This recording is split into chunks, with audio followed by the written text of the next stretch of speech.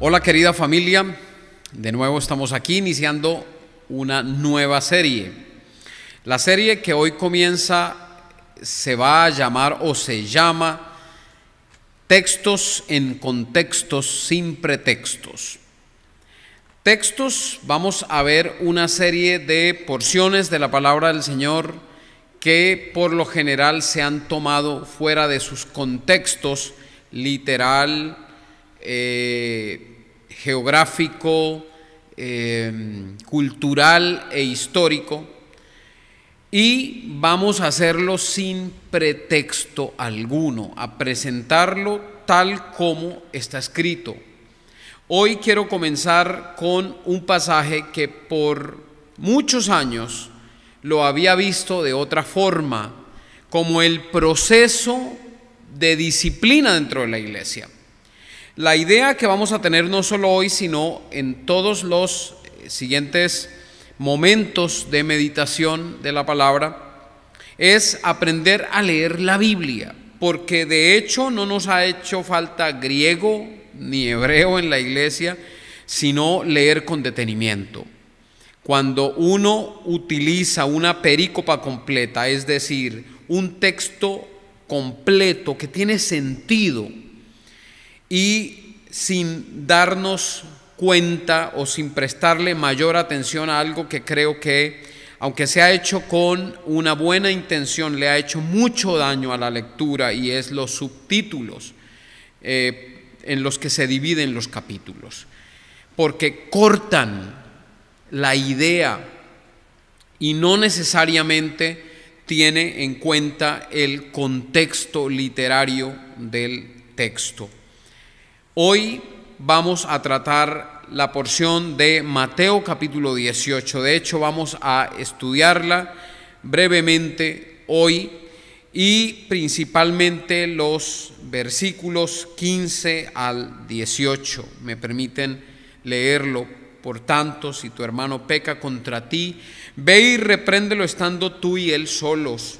Si te oye, has ganado a tu hermano, pero si no te oye, toma aún contigo a uno o dos, para que en boca de 2 o 3 testigos conste toda palabra. Si no los oye a ellos, dilo a la iglesia, y si no oye a la iglesia, tenlo por gentil y publicano. De cierto os digo que todo lo que atéis en la tierra será atado en el cielo, y todo lo que desatéis en la tierra será desatado en los cielos. Esto se ha tomado como el proceso de disciplina en la iglesia. Y permítanme compartirles que Jesús no estaba pensando en eso. Jesús no estaba pensando en un proceso de disciplina, sino estaba pensando en otra cosa. No era un mensaje para cómo disciplinar a los que caen, sino un mensaje de cómo restaurar a los que caen.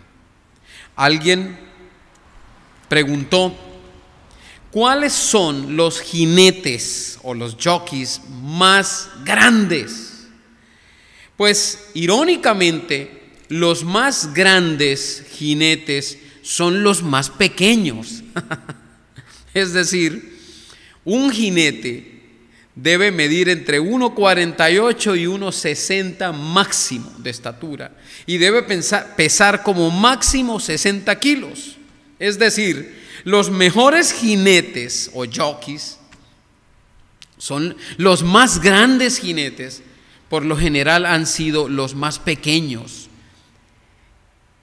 Y así es como comienza este pasaje en Mateo 18, con una pregunta: Señor, ¿quién es el más grande de entre nosotros? Y la respuesta que da el Señor a esta pregunta nos va a dar ese mismo tipo de enseñanza o mensaje. Para poder entender el pasaje de este proceso de llámalo tú, llama a 2 o 3 testigos y luego preséntalo ante la iglesia, para entender este pasaje hay que entender el contexto. Capítulo 18 de Mateo, versículos 1 al 4. En aquel tiempo los discípulos se acercaron a Jesús y le preguntaron: ¿quién es el mayor o el más importante en el reino de los cielos? Llamando Jesús a un niño, lo puso en medio de ellos y dijo: De cierto que si nos volvéis y os hacéis como niños, no entraréis en el reino de los cielos. Así que cualquiera que se humille como este niño, este es mayor en el reino de los cielos. Y cualquiera que reciba en mi nombre a un niño como este, a mí me recibe. ¿Les parece si oramos? Padre, gracias te doy porque esta no es mi palabra, esta es la tuya. Y una palabra que tú nos has dejado para que la leamos con sinceridad, con responsabilidad. Padre, que esta noche o este momento que vamos a estar juntos, podamos cada uno en casa y aquí tomar la palabra y ver que las cosas son así. Y ver tu palabra detenidamente y observar lo que tú nos quieres enseñar. Bendícenos, Señor, y dirígenos. Te lo pido en Jesucristo. Amén. Y aquí estamos. Los discípulos se acercan a Jesús. Y ustedes saben que es una de las preguntas que más le hacen a Jesús sus discípulos. ¿Quién es el mayor? Algunos estaban discutiendo entre quién de ellos sería el mayor. En otra ocasión se acerca la mamá de Juan y Jacobo y le pregunta a Jesús: Señor, ¿será que es posible que mis hijos se sienten a tu derecha y a tu izquierda? Los dos cargos más importantes cuando tú vengas en el reino. Y los 10 se enojan con estos dos porque los 10 querían esos mismos puestos. Esa preocupación por la grandeza, esa preocupación de ser cabeza y no cola. Y el Señor Jesús a continuación va a decir: tengan cuidado con lo que desean, tengan cuidado con lo que aspiran. De hecho, cuando le preguntan a Jesús, y hay que prestarle atención a esto porque de aquí parte todo. De hecho, vamos a buscar la perícopa o la sección completa de este pasaje. En aquel tiempo los discípulos se acercaron a Jesús y le preguntaron. Así inicia una historia. Podemos decir que en el versículo 1 del capítulo 18, ahí inicia nuestra perícopa o la sección que vamos a estudiar. Pero hay una división en el capítulo 6 y dice: a cualquiera que haga tropezar a alguno de estos pequeños. No, ahí no inicia una historia, esa es la continuación de lo anterior. Versículo 10, mirad que no menospreciéis a uno de estos pequeños. No, esa es la continuación del versículo 1, del desarrollo del pasaje. Versículo 15, donde hay otra división. Por tanto, si tu hermano... El por tanto es un conector con lo que viene diciendo. Así que estamos hablando de la misma historia. Versículo 23, donde encontramos, y espero que usted tenga su Biblia en mano, donde encontramos otra división, dice: por lo cual el reino de los cielos, es de lo que se viene hablando. ¿Quién es el mayor en el reino de los cielos? Por lo cual el reino de los cielos es semejante a un rey. Entonces, el versículo 23 todavía está dando respuesta a lo que se pregunta en el versículo 1. Es decir, hasta el versículo 35, todo el capítulo 18 tiene que ver con el mismo tema, es una unidad. Si leemos el capítulo 19, dice: aconteció que cuando Jesús terminó estas palabras, se alejó de Galilea. Ahí va a comenzar otra historia. Podemos decir que hay una unidad temática en el capítulo 18, 1 al 35. Es decir, todo el capítulo, así como lo han dividido, es una sección especial que debe tratarse aparte. Vamos a sacarla. Entendemos que aquí hay una unidad temática. ¿Y cuál es esa unidad temática? Es el desarrollo de la respuesta que el Señor da a la pregunta: ¿quién es el mayor en el reino de los cielos? A continuación, da inicio Jesús a la respuesta. Llamando Jesús a un niño, lo puso en medio de ellos y dijo: de cierto os digo que si nos volvéis y os hacéis como niños, no entraréis en el reino de los cielos. Un momentito. Aquí vamos a utilizar un contexto. Estamos tratando el contexto literario de los versículos 15 al 18, el proceso de disciplina, ¿no? Ahora vamos a hablar el contexto cultural, que también es importante para entender la respuesta de Jesús. ¿Quiénes eran los niños? Los niños eran amados por sus familias, sí, eran amados, pero eran menospreciados en reuniones. Podríamos decir, no tienen ni voz ni voto en las reuniones. ¿Recuerdan ustedes que en la alimentación de los 5,000 dice, había 5,000 personas sin contar las mujeres ni los niños? Por lo menos 3 personas que no se contaban o eran menospreciadas en la sociedad: esclavos, mujeres y niños. Y aquí están los niños. Los niños son amados por sus padres, pero no son contados ni tenidos en cuenta en una reunión. No se les habla. Ahora, ¿recuerdan la pregunta? ¿Quién es el mayor o el más grande o el más importante en el reino de los cielos?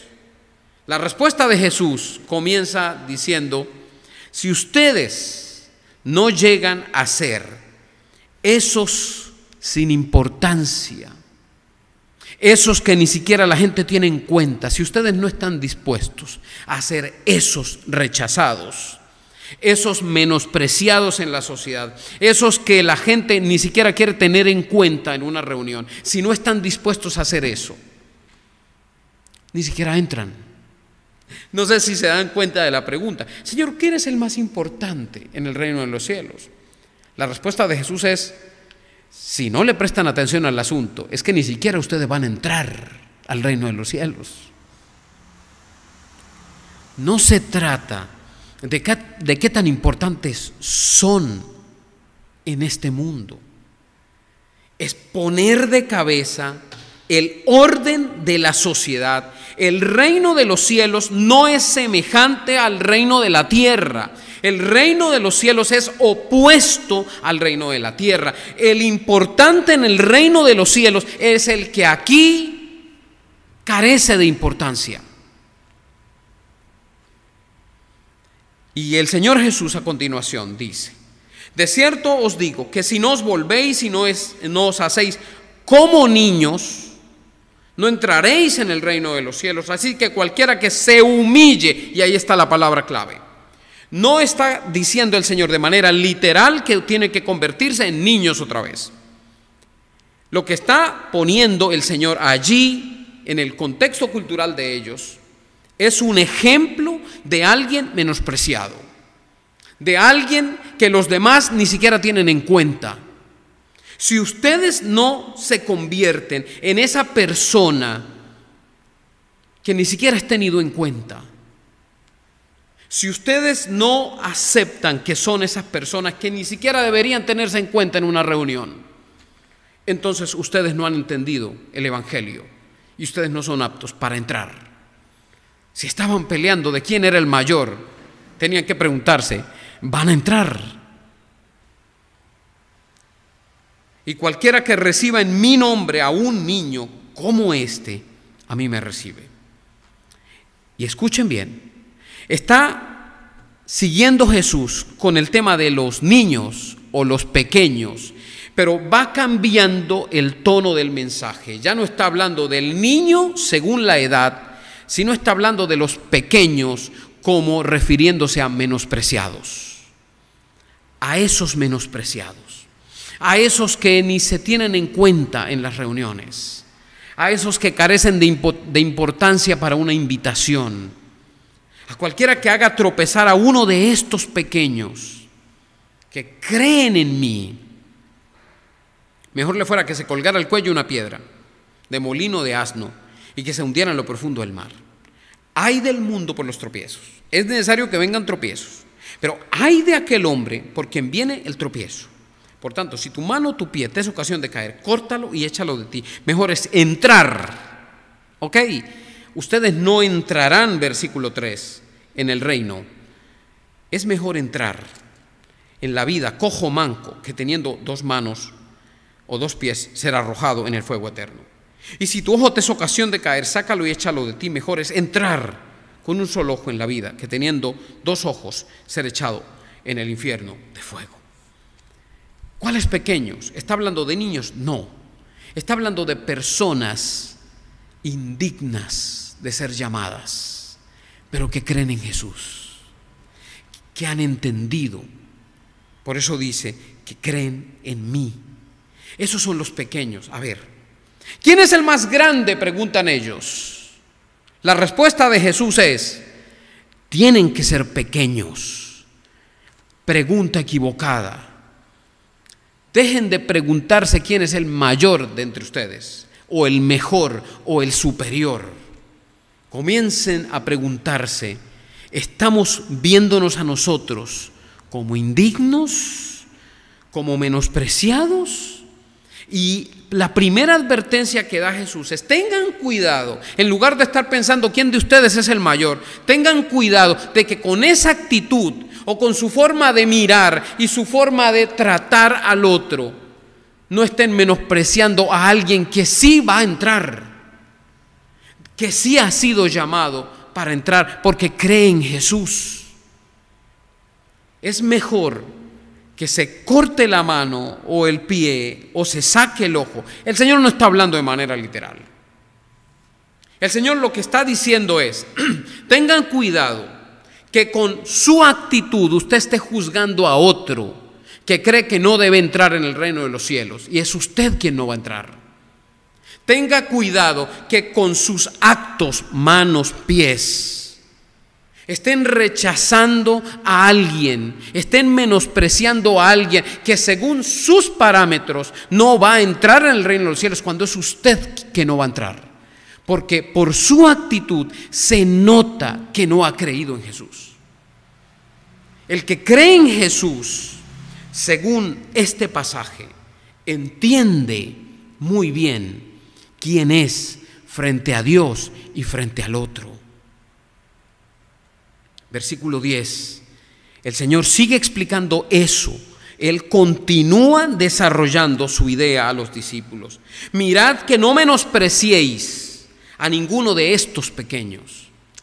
Todavía estamos con la duda: ¿quiénes serán estos pequeños? Yo ya dije, aquellos que creemos indignos o que los discípulos creerían indignos, pero el Señor va a desarrollar esta idea.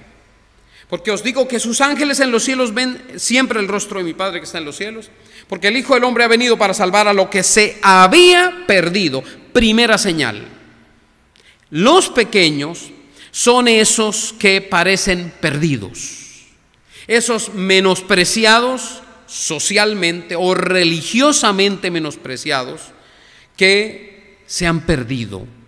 A continuación da una parábola para explicar esto, su idea desarrollada. ¿Qué os parece? Si un hombre tiene 100 ovejas y se descarría una de ellas, ¿no deja las 99 y va por los montes a buscar la que se ha descarriado? Y si acontece que la encuentra, de cierto les digo que se regocija más por aquella que por las 99 que no se descarriaron. De igual modo, no es la voluntad de vuestro Padre que está en los cielos que se pierda uno de estos pequeños. Ya no está hablando de niños, está hablando de menospreciados. Y no está hablando solo de menospreciados socialmente, está hablando de descarriados.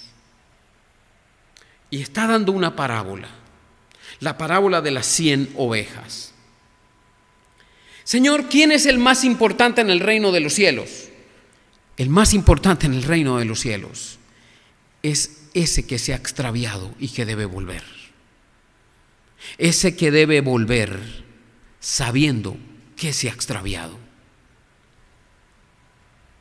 De igual modo, versículo 14, no es la voluntad de vuestro Padre que está en los cielos que se pierda uno de estos pequeños. Los pequeños son aquellos, podríamos llamar, los nuevos convertidos que tropiezan y se desvían y caen, y los maduros creen: no podemos confiar, esta no es una persona de fiar, no es digno que le llamemos como parte de nuestro grupo de amigos, está luchando todavía con esos pecados, posiblemente ni es cristiano. Ojo con eso, dice el Señor, porque a esos pequeños no es la voluntad del Padre que se pierdan. Fíjese cómo comienza el versículo 15. Por tanto, Si tu hermano peca contra ti, permítanme sugerir que el Señor Jesús no se está refiriendo a un pecado personal en mi contra. El Señor Jesús se está refiriendo a un pecado que ofende a los 99 que están en el reino. Es un pecado que ofende. Podríamos mostrar algunos ejemplos actuales, si me lo permiten. El hermano que se ha congregado durante un tiempo en medio de nosotros y cae en adulterio. Entonces dejamos que se vaya porque preferimos que no esté entre nosotros alguien así. El hermano que lucha con la pornografía y una y otra vez su esposa lo descubre. Entonces no queremos ese tipo de personas aquí. El que ha sido acusado de abuso sexual. No pertenece a nosotros. El que ha golpeado a su esposa, el que le fue infiel a su esposa, aquel que vieron una publicación suya con muy mal aspecto, no lo queremos aquí. No es la voluntad del Señor que se pierda uno de esos pequeños que están luchando con su pecado. Por tanto, si tu hermano peca contra ti, es decir, si hay personas que están luchando con un pecado y eso nos ofende, ve y repréndelo estando tú y él solos. Si te oye, has ganado a tu hermano, rescatado, como las 99 que se quedan, y se gana la que se ha descarriado. Pero si no te oye, toma aún contigo a 1 o 2 para que en boca de 2 o 3 testigos conste toda palabra. Y si no los oye a ellos, dilo a la iglesia, y si no oye a la iglesia, tenlo por gentil y publicano. Se ha tenido por años que este es el proceso de la disciplina en la iglesia. No, queridos hermanos. Es el proceso de búsqueda del que cae, del descarriado. Es una invitación a los discípulos de Jesús que se creen superiores a ese que cayó, a insistir en recuperar a esa persona que ha caído. Si no lo escucha usted, llame a 2 o 3 y háblenle.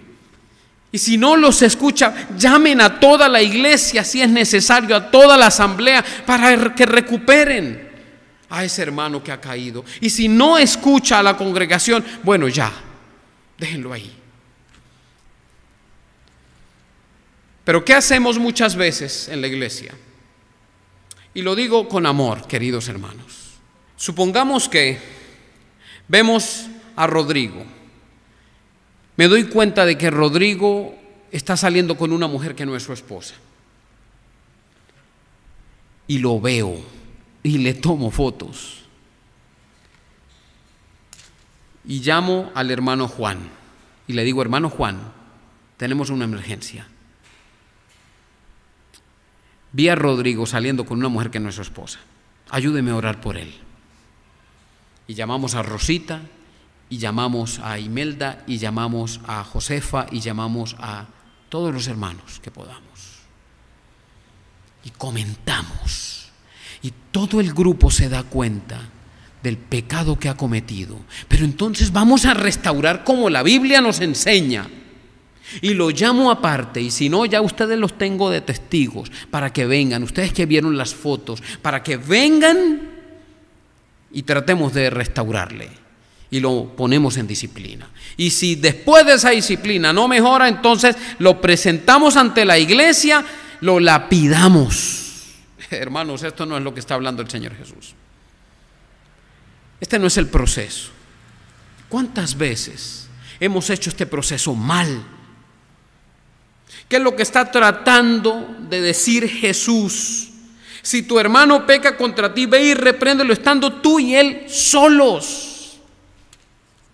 Pero si no te oye, toma a 2 o 3 testigos, para que en boca de 2 o 3 testigos conste toda palabra. Pero nada más que eso. Es un proceso, sí, pero es un proceso de protección contra ese hermano o con ese hermano que cayó. En otras palabras, lo que está diciendo Jesús es, si tú ves a alguien que ha cometido un error, por favor no lo publiques. No llames a 1, a 2, a 3, no llames a nadie en la iglesia, protégelo del escarnio. Y ve y habla con él, tú y él solos. Nadie más debe saber. La forma de restaurar a ese hermano que ha caído es proteger su dignidad también, su dignidad golpeada. Mientras menos sepan su pecado, mejor. Y si no, llama a 2 más, para que en boca de 2 o 3 testigos conste toda palabra. Es el límite, no más que 2. Con 3 es suficiente para tratar de rescatar a esa persona que ha fallado. Deuteronomio capítulo 19 es el pasaje que está citando Jesús acá. No se tomará en cuenta a un solo testigo contra alguien en cualquier delito ni en cualquier pecado en relación con cualquier ofensa cometida. Solo por el testimonio de 2 o 3 testigos se mantendrá la acusación. La ley, ¿a quién protege? ¿Es una ley para saber cómo nos volvemos jueces y cómo hacer un juicio correcto, o es una ley que protege al acusado? Respuesta correcta, B. Es una ley que protege al acusado. Mientras menos personas sepan, mejor. De cierto os digo que todo lo que atéis en la tierra será atado en el cielo, y todo lo que desatéis en la tierra será desatado en el cielo. Ahí no está hablando del poder de tu palabra o del poder de mi palabra. Está hablando del poder del evangelio que restaura, que desata.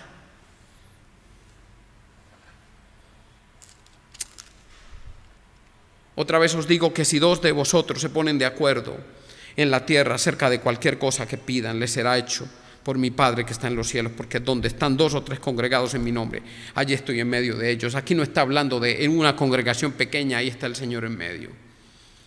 Ahí lo que está diciendo es si 2 o más personas, de acuerdo al proceso, oran por ese caído, por ese descarriado, por ese que está sufriendo en su pecado y por ese que necesita ser ganado, por ese que necesita ser traído al redil. Si ustedes se ponen de acuerdo a interceder por alguien que necesita ser restaurado, el Señor escucha. Eso es lo que está diciendo. ¿Quién es el grande en el reino de los cielos? Es el que se humilla. Pero ¿cómo hacemos nosotros o cómo hacen los discípulos para entender esta lección? ¿Cómo hacen los discípulos para perdonar a ese que cae y cae y cae hasta 70 veces, hasta 7 veces, no, hasta 70 veces 7? Ilimitado es el perdón. ¿Cómo así que ilimitado? Y antes de que le hagan la pregunta a Jesús, ¿cuántas veces debo perdonar a ese débil, a ese menospreciado que se la pasa pecando, que no se levanta, que no es maduro? El Señor les da la respuesta del reino. ¿Quién es el pequeño y quién es el grande? Por lo cual el reino de los cielos es semejante a un rey, reino de los cielos. ¿Quién es el más grande en el reino de los cielos? El reino de los cielos es semejante a un hombre que quiso hacer cuentas con sus siervos. Cuando comenzó a hacer cuentas, le fue presentado uno que le debía 10,000 talentos. Eso es muchísimo dinero, impagable. A este, como no pudo pagar, ordenó su señor venderlo junto con su mujer e hijos y todo lo que tenía para que le pagara la deuda. Entonces aquel siervo postrado le suplicaba diciendo: Señor, ten paciencia conmigo y yo te lo pagaré todo. Él no podía pagar eso. El señor de aquel siervo, movido a misericordia, lo soltó y le perdonó la deuda. Pero saliendo aquel siervo, halló a uno de sus consiervos que le debía 100 denarios. Y agarrándolo le ahogaba diciendo: págame lo que me debes. Entonces su consiervo, postrándose a sus pies, le rogaba diciendo: ten paciencia conmigo, yo te lo pagaré todo. Pero él no quiso, sino que fue y lo echó en la cárcel hasta que pagara la deuda. Viendo sus consiervos lo que pasaba, se entristecieron mucho y fueron y refirieron a su señor, al rey, todo lo que le había pasado. Entonces, llamándolo su señor, le dijo: siervo malvado, toda aquella deuda que te perdoné, porque me rogaste. ¿No debías tú tener misericordia de tu consiervo, como yo tuve misericordia de ti.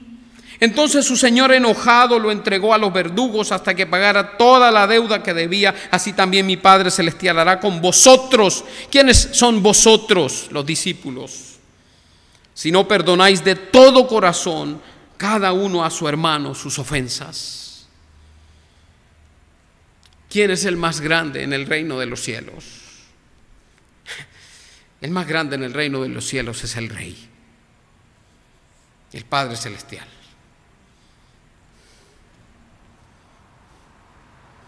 ¿Quién es el más grande? Por favor, qué pregunta. Y todavía nos seguimos preguntando en el siglo XXI. ¿Quién es el más grande? ¿Quién está más cerca de Dios? ¿A quién escucha más Dios? La invitación que Jesús les hace a sus discípulos es el que no se haga, el que no se humille, el que no se haga menospreciado, pequeño, no puede entrar. Antes de ser juez y de hacer un proceso de disciplina, piense en usted mismo, que fue perdonado tal vez con una deuda mayor que la de aquel que está menospreciando y que es el que va a entrar al reino de los cielos, porque a pesar de su pecado ha creído y su pecado ha sido perdonado. Generalmente, la iglesia no perdona a aquellos a quienes el Señor ha perdonado. Nos cuesta restaurar a aquellos que el Señor ha restaurado. Y eso manifiesta que no hemos entendido el Evangelio. Querido hermano, querida hermana, ¿quién es usted frente al Señor y frente a otros hermanos suyos? El apóstol Pablo lo entendió muy bien cuando escribió la carta a los Gálatas y les dijo a los Gálatas, Gálatas capítulo 6, versículo 1: hermanos, si alguno fuere sorprendido en alguna falta, vosotros que sois espirituales, restauradlo con espíritu de mansedumbre, considerándote a ti mismo, no sea que tú también seas tentado. Espíritu de mansedumbre, en otras palabras, restáurenlo con humildad. Antes de juzgar a otro que ha cometido pecado o que no se ha comportado de acuerdo a sus parámetros, no a los de Dios, piense: ¿es usted juez? ¿Es usted mejor que ese a quien está señalando? Tal vez ese que usted considera más insignificante, más alejado de Dios o más pequeño, va a entrar, mientras el que no ha entendido el Evangelio se queda por fuera. Es menester terminar esta sección mostrando la unidad temática. En el reino de los cielos hay un solo grande, y es el Señor. Todos los demás somos consiervos, cayendo de una u otra forma. Y la invitación es a restaurar, a no menospreciar, a no hacer tropezar a otro, que con nuestra actitud orgullosa le estemos alejando del rebaño. Como buscar al otro y perdonarlo cuantas veces caiga y restaurarlo con espíritu de mansedumbre. El apóstol Pablo, siendo un hombre muy grande, entendió el Evangelio diciendo: yo soy el primero de todos los pecadores. Y cuando les escribió a los filipenses les dijo: considerándote al otro como superior a ti mismo. No es un complejo de inferioridad, es una motivación a mirar a sí mismo cuán pecador es. ¿Qué tal si oramos y le pedimos al Señor que nos ayude? Y que al recordar a los jinetes más grandes no son los más altos ni los más robustos, sino los más pequeños, En el reino de los cielos la grandeza se demuestra con humildad. Vamos a orar. Padre, gracias por tu preciosa palabra. Ayúdanos, Señor, a recuperar nuestra identidad, no como si fuéramos superiores a otros, sino como mirando al otro como superior a nosotros mismos y mirándote a ti como el superior supremo, como el Rey grande en el reino. Ayúdanos, Señor, a mirar con misericordia y compasión y a descubrir quiénes somos cada vez que te buscamos de rodillas. Podamos mirar al otro que ha caído con compasión y traerlo de vuelta a casa a través de un amor que perdona, que da una oportunidad más. Bendícenos, Señor, en Jesucristo. Amén.